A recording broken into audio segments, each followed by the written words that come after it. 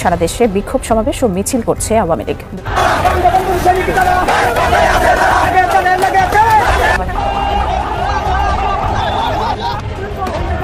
September মাসকে কেন্দ্র করে আওয়ামী লীগ তাদের নানা রকমের পরিকল্পনা তৈরি করছে এবং ৭১ পরে কোনো থানা পোড়াই মারছে কোনো মুক্তিযোদ্ধারা, এটা এক্সাম্পল আছে না? হত্যা মামলা এবং মিথ্যা মামলা আর এই হয়রানিমূলক মামলা ওইটা রেকর্ড ছাড়াই গেছে। এই জয় বাংলা বাহিনী বেরোচ্ছে, এটা আওয়ামী লীগের নাম যায় না, তবে জয় বাংলা বাহিনী মানে শেখ হাসিনার বাহিনী বেরোচ্ছে, এটা শেখ হাসিনার বাইরে নিশ্চিত থাকে। আপনি গ্যারান্টি দেন কেন যে জামাতের হাত দিয়ে আওয়ামী লীগের পুনর্বাসন হবে না? আওয়ামী লীগ যদি ফেরে, আওয়ামী লীগ তো জামাত দিয়েও ফিরতে পারে। আওয়ামী লীগ যদি ফেরে তারা তো জামায়াতের কাঁধে ভর করেও ফিরতে পারে। জামায়াতের নেতাকর্মীরা এখন ডিম ফুটে নতুন বাচ্চা বেরোনোর মতো অবস্থা। আগে ছিল মুরগির বাচ্চা, এখন হয়ে গেল হাঁসের বাচ্চা। জাতীয় পার্টির হাত ধরে আওয়ামী লীগের পুনর্বাসনের সংখ্যা নিয়ে রাজনৈতিক মহলে আলোচনা যখন তুঙ্গে, ঠিক তখনই একটি বেসরকারি টেলিভিশনের টক শোতে হাজির হয়ে এমন বিস্ফোরক মন্তব্য করেছেন বিএনপির সহ আন্তর্জাতিক বিষয়ক সম্পাদক রুমিন ফারহানা। আওয়ামী লীগ ফিরে আসলে তারা কেউ রক্ষা পাবে না, সবার মধ্যেই একটা আতঙ্ক দেখা যায়। বাংলাদেশ থেকে পা যতক্ষণ না তুলছেন ততক্ষণ পর্যন্ত ট্রেড ডিল ভারত সাইন করবে না। এবার বাংলাদেশের ব্যাপারে সিদ্ধান্ত নেওয়ার ব্যাপারে ভারত অ্যাডভান্টেজ পেল।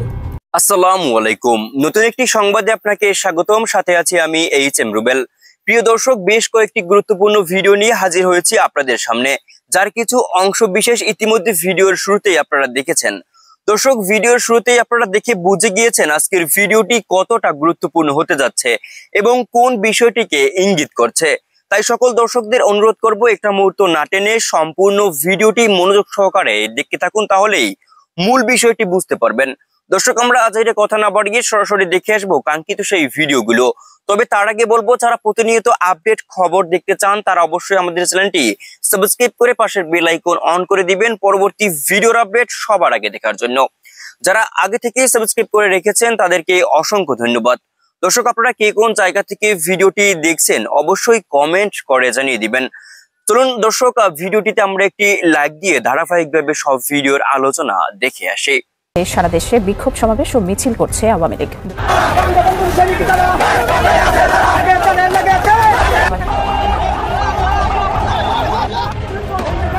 সেপ্টেম্বর মাসকে কেন্দ্র করে আওয়ামী লীগ তাদের নানা রকমের পরিকল্পনা তৈরি করছে এবং ৭১ পরে কোনো থানা পোড়াই মারছে কোনো মুক্তিযোদ্ধারা, এটা এক্সাম্পল আছে না? হত্যা মামলা এবং মিথ্যা মামলা আর এই হয়রানিমূলক মামলা ওইটা রেকর্ড ছাড়াই গেছে। এই জয় বাংলা বাহিনী বেরোচ্ছে, এটা আওয়ামী লীগের নাম যায় না, তবে জয় বাংলা বাহিনী মানে শেখ হাসিনার বাহিনী বেরোচ্ছে, এটা শেখ হাসিনার বাইরে নিশ্চিত থাকে। আপনি গ্যারান্টি দেন কেন যে জামাতের হাত দিয়ে আওয়ামী লীগের পুনর্বাসন হবে না? আওয়ামী লীগ যদি ফেরে, আওয়ামী লীগ তো জামাত দিয়েও ফিরতে পারে। আওয়ামী লীগ যদি ফেরে তারা তো জামায়াতের কাঁধে ভর করেও ফিরতে পারে। জামায়াতের নেতাকর্মীরা এখন ডিম ফুটে নতুন বাচ্চা বেরোনোর মতো অবস্থা। আগে ছিল মুরগির বাচ্চা, এখন হয়ে গেল হাঁসের বাচ্চা। জাতীয় পার্টির হাত ধরে আওয়ামী লীগের পুনর্বাসনের সংখ্যা নিয়ে রাজনৈতিক মহলে আলোচনা যখন তুঙ্গে, ঠিক তখনই একটি বেসরকারি টেলিভিশনের টক শোতে হাজির হয়ে এমন বিস্ফোরক মন্তব্য করেছেন বিএনপির সহ আন্তর্জাতিক বিষয়ক সম্পাদক রুমিন ফারহানা। আওয়ামী লীগ ফিরে আসলে তারা কেউ রক্ষা পাবে না, সবার মধ্যেই একটা আতঙ্ক দেখা যায়। বাংলাদেশ থেকে পা যতক্ষণ না তুলছেন ততক্ষণ পর্যন্ত ট্রেড ডিল ভারত সাইন করবে না। এবার বাংলাদেশের ব্যাপারে সিদ্ধান্ত নেওয়ার ব্যাপারে ভারত অ্যাডভান্টেজ পেল।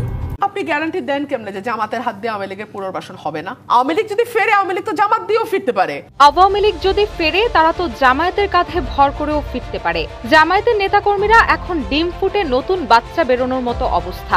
আগে ছিল মুরগির বাচ্চা, এখন হয়ে গেল হাঁসের বাচ্চা। জাতীয় পার্টির হাত ধরে আওয়ামী লীগের পুনর্বাসনের সংখ্যা নিয়ে রাজনৈতিক মহলে আলোচনা যখন তুঙ্গে, ঠিক তখনই একটি বেসরকারি টেলিভিশনের টক শোতে হাজির হয়ে এমন বিস্ফোরক মন্তব্য করেছেন বিএনপির সহ আন্তর্জাতিক বিষয়ক সম্পাদক রুমিন ফারহানা। জাতীয় পার্টির হাত ধরে আওয়ামী লীগের পুনর্বাসনের একটি শঙ্কা তৈরি হয়েছে এমন প্রশ্নের জবাবে বিএনপির এই নেত্রী বলেন, আপনি গ্যারান্টি দেন কিভাবে যে জামায়াতের হাত দিয়ে আওয়ামী লীগের পুনর্বাসন হবে না? আমরা দেখি নাই যে লোয়ার টায়ারের যারা নেতাকর্মীরা আছেন তারা প্রাণ বাঁচাতে, যান বাঁচাতে, বাড়িঘর, ধন সম্পদ, বউ বাচ্চা বাঁচাতে জামায়াতে গিয়ে জয়েন দিয়েছে? আমরা তো দেখেছি এই জামায়াতে ইসলাম কি সর্বপ্রথম বাংলাদেশে আওয়ামী লীগকে মাফ করে দেওয়ার বক্তব্য দিয়ে তার যাত্রা শুরু করে নাই? তাহলে আপনি জাতীয় পার্টি বা অন্য দলের নাম নিচ্ছেন কেন? এমন প্রশ্ন ছুড়ে দেন তিনি। জামায়াতের নেতাকর্মীরা এখন ভোল বদল করেছে মন্তব্য করে রুমিন ফারহানা বলেন, আওয়ামী লীগ যদি ফিরে তারা জামায়াতের হাত দিয়েও ফিরতে পারে। জামায়াতের নেতাকর্মীরা এখন ডিম ফুটে নতুন বাচ্চা বেরোনোর মতো অবস্থা। ছিল তারা আওয়ামী লীগ, হয়ে গেল এখন শিবিরের প্রার্থী। দেখছেন না? দেখছেন তো আপনারা। তো তাহলে কে কার ঘাড়ে ভর করে কোথায় আসবে এটা তো গুপ্ত রাজনীতি যারা করে তাদেরকে দিয়ে তো এটার কোনো গ্যারান্টি দিতে পারবেন না। আরও একটি গণ অভ্যুত্থান আসতে চলেছে এবং সেটা এই সেপ্টেম্বরে কিংবা একটু যদি লেট হয় তাহলে নভেম্বরের মধ্যেই। অনেক আলোচনা চলছে সেনাপ্রধানের সঙ্গে মহামান্য প্রধান বিচারপতির ডক্টর মোহাম্মদ ইউনুসের, রাষ্ট্রপতি শাহাবুদ্দিন চুপ্পুর, তার মধ্যে থেকেও কিছু জিনিস যেগুলো পরিবর্তন ঘটছে সেগুলোর দিকেও কিন্তু নজর দিতে হয়। বাংলাদেশের নির্বাচন কমিশন কিছু নির্দেশিকা নিয়ে এসছে সংশোধনের মাধ্যমে, এবং সেই নির্দেশিকা অনেক বড়। তার থেকে 4টে যে মেন নির্যাস পাওয়া যাচ্ছে সেগুলো নিয়ে আমরা আজকের এই ভিডিওটা শুরু করব।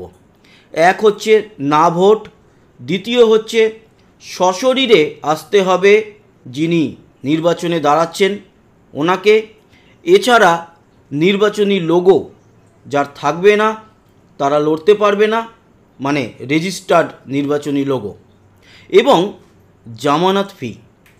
এর মধ্যে দুটো খুব গুরুত্বপূর্ণ আর দুটো মোটামুটি গুরুত্বপূর্ণ। ওভারঅল অনেক কিছুই ছিল সেই নির্বাচনী নির্ঘণ্টতে, তবে সেই নির্ঘণ্ট অনুযায়ী বাংলাদেশে ভোট হবে কি না এটা কিন্তু ঠিক নয়। তার কারণ হচ্ছে এখনও দিল্লি বহু দূর, এরকম একটা কথা আছে আমাদের বাঙালিদের মধ্যে, সেরকমই বলা যেতে পারে যে ভবিষ্যৎ অনেক দূর, তখন কি হবে দেখা যাবে। আপাতত এই বিষয়টা কি হচ্ছে, আওয়ামী লীগ এই নির্বাচনী নির্ঘণ্টতে কেন বিপদে, এগুলো নিয়ে আলোচনা করব। তারপর আসছি আরও অনেকগুলো ব্যাপার আছে এবং ইন্টারেস্টিং। তো প্রথমে আসি জামানত ফি। খুব একটা বড় কিছু ব্যাপার নয়। যারা এর আগে নির্বাচনে লড়তেন ওনাদের জামানত ফি বাবদ 20,000 টাকা করে দিতে হতো। এবার নতুন যে নির্বাচন হবে আদৌ হবে কি না আপাতত সেটা নিয়ে প্রশ্ন থেকেই যাচ্ছে, কিন্তু 20,000 টাকা যেটা ধার্য ছিল সেটা বেড়ে যাচ্ছে 50,000 টাকায়। ওকে, এটা এক। আর একটা হচ্ছে না ভোট। এর আগে বিনা প্রতিদ্বন্দ্বিতায় অনেক যে প্রার্থী তারা জিতে যেতেন, মানে তার পাওয়ার এত বেশি ছিল, তার এগেনস্টে অন্য কোনো দল তাদের প্রার্থীই দিতে পারতো না, ফলে একতরফাভাবে জিতে যেত। এবার যেটা করা হচ্ছে সেটা হচ্ছে না ভোট আনা হচ্ছে, মানে সেই জায়গাতে দেখা যাবে ওই প্রার্থীর নাম আর নিচে থাকবে না, মানে যারা দেবে আর যারা দিল না। এর আগে দিল না বলে কোনো অপশন থাকতো না, ফলে একচ্ছত্রভাবে জিতে যেত। এবার এই যে সিস্টেমটা এটা কিন্তু ভালো, এটা ভালো, এটা প্রশংসার যোগ্য যে যারা তাকে পছন্দ করে না তারা কেন তাকে ভোট দেবে, কারণ অপশন তার হাতে ছিল না। এবার অপশন আসছে না ভোট, কিন্তু এইটা ভালো হলেও খুব একটা যে বিরাট বড় ব্যাপার সেটা নয়। কেন? তার কারণ গণতন্ত্র অনুযায়ী বিরোধী থাকতেই হবে, বিরোধী শূন্য গণতন্ত্র হয় না। এবার আসি যেটা হচ্ছে আওয়ামী লীগের জন্য চিন্তার কারণ, সেটা নিজেকে মনোনয়ন পেশ করতে হবে অনলাইনে, কিন্তু আর মনোনয়ন জমা দেওয়া যাবে না। ফলে এখানে আওয়ামী লীগের কেন সমস্যা, যদি আওয়ামী লীগ ইনক্লুসিভ নির্বাচনে আসে তাহলে এই নিয়ম অনুযায়ী শেখ হাসিনা হোক, শেখ রেহানা হোক, বা আওয়ামী লীগের বেশ কিছু যারা এমপি এমএলএ ছিলেন ওনারা যদি ভোটে লড়তে চান তাহলে কিন্তু যারা বিদেশে রয়েছে এই মুহূর্তে, অনেকেই অনেক দেশে ছড়িয়ে ছিটিয়ে রয়েছে, বাংলাদেশের মধ্যে নেই, পলাতক হিসাবে যারা রয়েছেন সেই পলাতকরা ভোটের মনোনয়ন দিতে পারবে না, এটা জানানো হয়েছে। এবং তাদেরকে সশরীরে যদি দিতে হয় তাহলে এই মোহাম্মদ ইউনুসের যে চাল, যে তাদেরকে সশরীরে গ্রেপ্তার করা, সেই চালটা একটু চিন্তার ভাঁজ ফেলছে আওয়ামী লীগের কপালে। এটা একটা খুবই চাল চলেছে মোহাম্মদ ইউনুস। আর একটা হচ্ছে নির্বাচনী লোগো, যেই নির্বাচনী লোগোগুলোকে এই মুহূর্তে রেজিস্ট্রেশন থেকে বাদ দেওয়া হয়েছে, যেমন নৌকা, সেই নির্বাচনী লোগো নিয়ে কোনো দল লড়তে পারবে না। তবে কোনো ইন্ডিভিজুয়াল আওয়ামী লীগ সে যদি তার নিজের অন্য কোনো লোগো ব্যবহার করে আওয়ামী লীগ নাম ছাড়া নির্দল হিসাবে লড়তে চায় তার প্রভিশনটা রয়েছে, কিন্তু নির্বাচনী লোগো যেহেতু এই মুহূর্তে রেজিস্ট্রেশন বাতিল হয়েছে তাই আওয়ামী লীগ সেখানে কিন্তু এই মুহূর্তে লড়তে পারবে না, এরকম একটা নিয়ম জারি করা হয়েছে। অনেকগুলো ছিল আরও, তার মধ্যে থেকে এই মেন চারটাকে আমি আপনাদের জানালাম। কিন্তু এত করেও কি মোহাম্মদ ইউনুস পারবেন না? তার কারণ ওনারা এই যে নিয়ম কানুনগুলো তৈরি করছে ইসি, ইলেকশন কমিশন বাংলাদেশের, এই মুহূর্তে ওনার কি কিছু করার আছে, বা ওনাদের কিচ্ছু করার নেই, তার কারণ মোহাম্মদ ইউনূস এই মুহূর্তে একটা অবৈধ সরকারের মাথায় থাকলেও তার কথাটা শুনতে হবে, এটা নিয়ম। এখানে আমি মানব ইলেকশন কমিশনকেও যে ভাই যে আছে সে যা বলছে সেটা করাটা তার দায়িত্ব, ওনারা করছেন। কিন্তু এই যে মাথার উপরে আছেন লোকটি, সেই লোকটি কতক্ষণ থাকবেন সেটা নিয়ে তো সন্দেহ রয়েছে। দেখুন, বিরাট বড় গণ অভ্যুত্থান আসতে চলেছে বাংলাদেশে, এটা আমরা সবাই জানি। বিরাট বড় ছাত্র আন্দোলনের মাধ্যমে যেরকম 2024-এ একটা বিরাট বড় পরিবর্তন হয়েছে, সেই পরিবর্তনটা যে কত বড় খারাপ একটা সিচুয়েশন সেটা তো আপনারা বুঝেই গেছেন। ওই যে আবারও বলছি, লোকে নিজের পায়ে নিজে কুড়োল মারে, আর এটা ছিল আপনাদের জন্য কুড়োল রাখা ছিল, আপনারা নিজেদের পা নিয়ে গিয়ে কুড়োলের উপরে বাড়ি মেরেছেন। তো সেটা তো আপনারা শিক্ষা পেয়ে গেছেন। এই মুহূর্তে আপনারা ভালোভাবেই জানেন যে কীরকম পরিস্থিতিতে রয়েছেন আপনারা নিজেরাই, বাংলাদেশের সাধারণ মানুষ। এবার ব্যাপার হচ্ছে যে শেখ হাসিনা এই রকম একটা যদি চরম শর্ত থাকে তাহলে ফিরবে কিনা, এটা খুব গুরুত্বপূর্ণ আলোচনা। তার কারণ হচ্ছে শেখ হাসিনা এরকম নিয়মের মধ্যে ফিরবেন না। এরকম নিয়ম যদি চালু করা হয় এবং বলা হয় যে যারা নির্বাচনের বাইরে রয়েছেন লোগো হিসাবে এবং যারা পলাতক তারা যদি ভোটে লড়তে চায় তাদেরকে নিজেরা মানে একেবারে নিজেদেরকে এসে মনোনয়ন জমা দিতে হবে, অনলাইনে হবে না। এবার ধরুন জাতীয় পার্টির লোগোতে শেখ হাসিনা ভাবলেন যে আমি জাতীয় পার্টির লোগোতে লড়বো, কিন্তু দেশে ফিরতে হবে এই নিয়ম অনুযায়ী। দেশে ফিরে সশরীরে যদি দিতে চান সেখান থেকে গ্রেপ্তার হতে পারেন। ফলে যেই ছকটা মোহাম্মদ ইউনূস করেছেন সেই ছকেই কিন্তু আমাদের শেখ হাসিনা মাননীয় প্রধানমন্ত্রী বাংলাদেশের উনি ধরা দিয়ে দেবেন।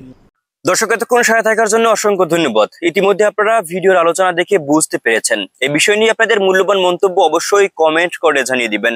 নতুন নতুন খবর পেতে আমাদের চ্যানেলের নতুন একজন সদস্য হওয়ার অনুরোধ রইল। পরবর্তী আপডেট খবর পেতে সবার আগে আমাদের ইউটিউব চ্যানেলটি সাবস্ক্রাইব করে রাখবেন। দর্শক আজকের জন্য এতটুকুই ভিডিও ছিল, আর পরবর্তী ভিডিও পেতে আমাদের সঙ্গেই থাকুন। আল্লাহ হাফেজ।